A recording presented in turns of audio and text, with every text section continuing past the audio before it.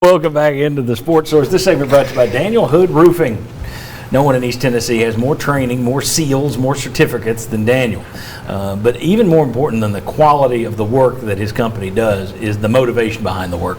Daniel's determined to help East Tennesseans put the best roof possible at the best price possible on their homes. I can't say it any more plainly than that. Daniel does a tremendous job. Daniel Hood Roofing. If you need a roof, you need a replaced roof, a new roof, roof repairs, this is the guy to call. Daniel Hood Roofing. Okay, rapid fire time. 4 quick questions, one for each panelist here. Will Overstreet, I'll start with you. Take a look at these stats from last night.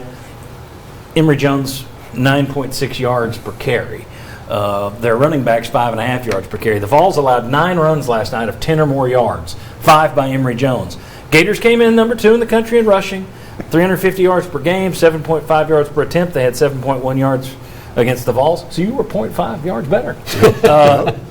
What's your take on this as a defensive guy?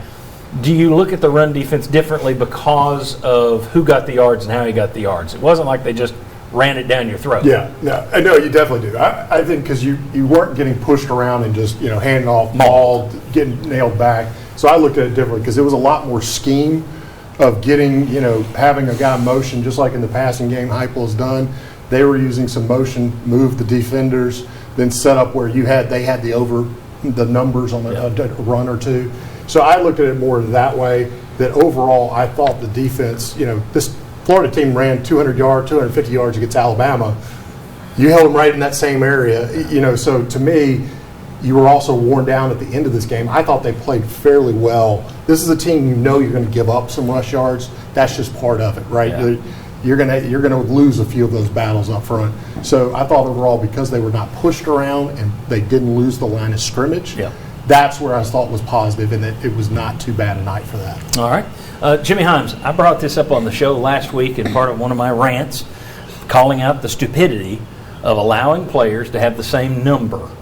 And it bit UT last night when they let a punt drop because they had 2 number 1s on the field and both of them came running off. So you had 9 guys on the field.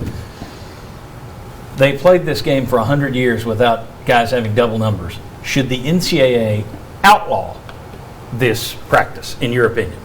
Yeah, I'd be fine with it. A lot of it has to do with placating recruits, but I'd be fine with it. I would, after watching what happened, I decided to go count the numbers. Tennessee's got 33 players with duplicate numbers. Now, 21 of those are a scholarship player versus a walk-on. So you got 12 scholarship players with duplicate numbers. It leads to that problem. And the issue last night with the 2 number 1s on the field, it happened against Tennessee Tech. The officials just didn't catch it.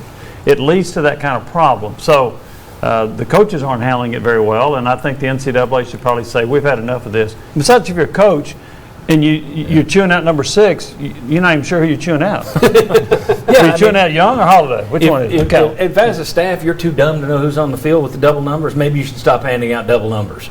And Will, if somebody told you couldn't have a certain number, would you say, nope, I'm not going to that school? Yeah. That takes a level of moron, too, I would think. Then you wait to get your number. Well, Peyton Manning, isn't that the way it used to be? Yeah, Manning took another number. Even exactly. That's ridiculous. Silliness. And the other thing is, everybody complains about the refs. That's one extra nonsensical thing that the refs are supposed to look at now. Make sure there are no duplicate numbers on the field. Just outlaw that nonsense. That's silly. That way it's not a recruiting tool either. If the NCAA says no, that's the way you do it. All right. Josh, the NCAA Football Oversight Committee has moved forward a recommendation to increase the football signing limit in 2022 by 7 additional spots. That led to this comment. Let's go ahead and put this up. There are so many teams, I'm thinking of Tennessee right now, who get these sanctions and then they get this new coaching staff and all these guys transferred out. It's going to take them a while to get back to that 85 number, to have a full roster of scholarship athletes. One Power 5 personnel director said.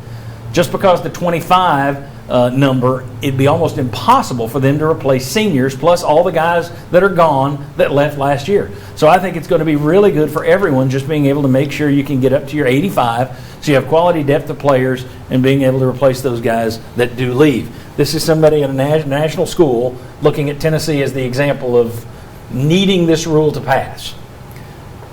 This depends on your view of what else is to come for this Tennessee football team. Mm-hmm. But my question is, is that going to be the best news for Tennessee football this entire season?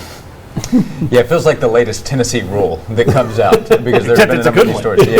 Yeah, what I would do is I would temper expectations on how much this helps Tennessee, because Tennessee brought in still a number of transfer players.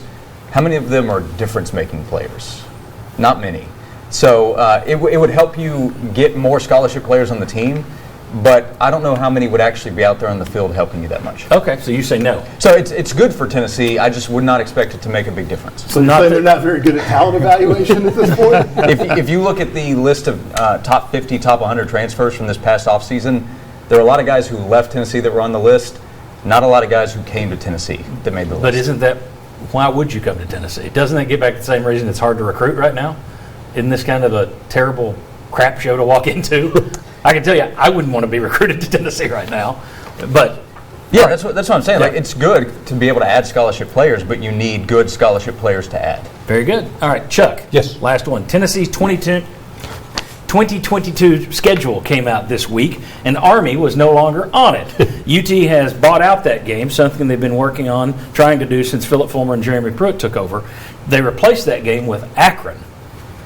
What's your takeaway? And I'm giving you three choices. You have to take one. One, it's wise to avoid a dangerous option team. Two, fans would rather see Army than Akron.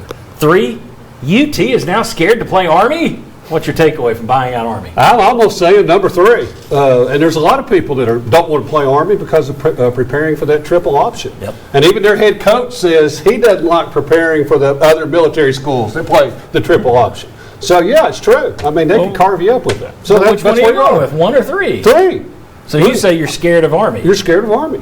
Okay. You want it out of it. I would, if I was an athletic director, I'd say, if you ever start running a triple option, we're going to buy you out. I feel like we're not going to have a team. We're not going to We're not gonna have play 2 weeks that. of our year to plan for that one game that we're never going to use the rest of the year. That said, who wouldn't rather see Tennessee play Army than Akron? Yeah, yeah. I would much rather see it, but I understand why they're doing it. Okay. What are the final takeaways from yesterday's game? We're going to ask the VFLs for their last thoughts.